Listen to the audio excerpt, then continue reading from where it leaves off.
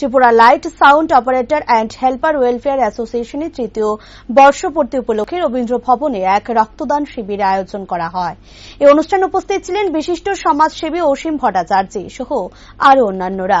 সাংবাদিকদের মুখোমুখি হয়ে বিশিষ্ট সমাজসেবী অসীম ভট্টাচার্য জানান, কর্মব্যস্ততার মধ্য দিয়েও মানুষের জন্য কিছু করার যে উদ্যোগ গ্রহণ করেছে সংস্থা, তার জন্য সাধুবাদ জানায়।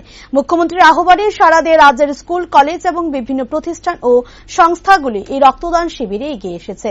তার পাশাপাশি মঙ্গলবার Tripura light sound operator and helper welfare অ্যাসোসিয়েশনের এই রক্তদান শিবির উপস্থিত হয়ে খুশি ব্যক্ত করেন এবং সংস্থাকে ধন্যবাদ জানান তিনি।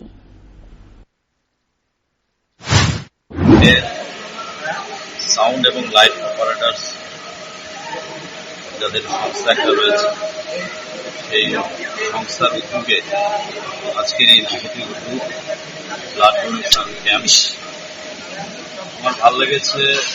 তাদের যে উদ্যোগ, সেই উদ্যোগকে সাধুবাদ জানাই এই জন্যে যে তাদের কর্মব্যস্ততা এবং তাদের ব্যবসায়িক মানসিকতার মধ্যেও যে সমাজের মানুষের জন্য কিছু করার যে একটা ইচ্ছা, একটা যে মানসিকতা, মানবিক যে মূল্যবোধ সমাজের জন্য, এই যে মানসিকতার সঞ্চার আজকে তাদের তৃতীয় বর্ষপূর্তিতে আজকে করতে যাচ্ছে, তাদেরকে আমি সাধুবাদ জানাই।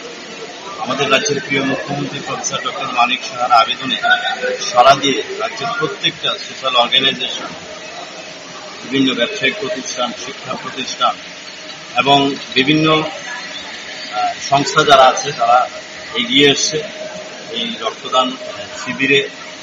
এবং আজকে তারা তাদের এই কর্মব্যস্ততার মধ্য দিয়ে, ব্যবসায়িক মানসিকতার মধ্য দিয়েও আজকে এই যে সমাজের মানুষের জন্য মূল্যবোধের যে একটা পরিচয় রেখেছে।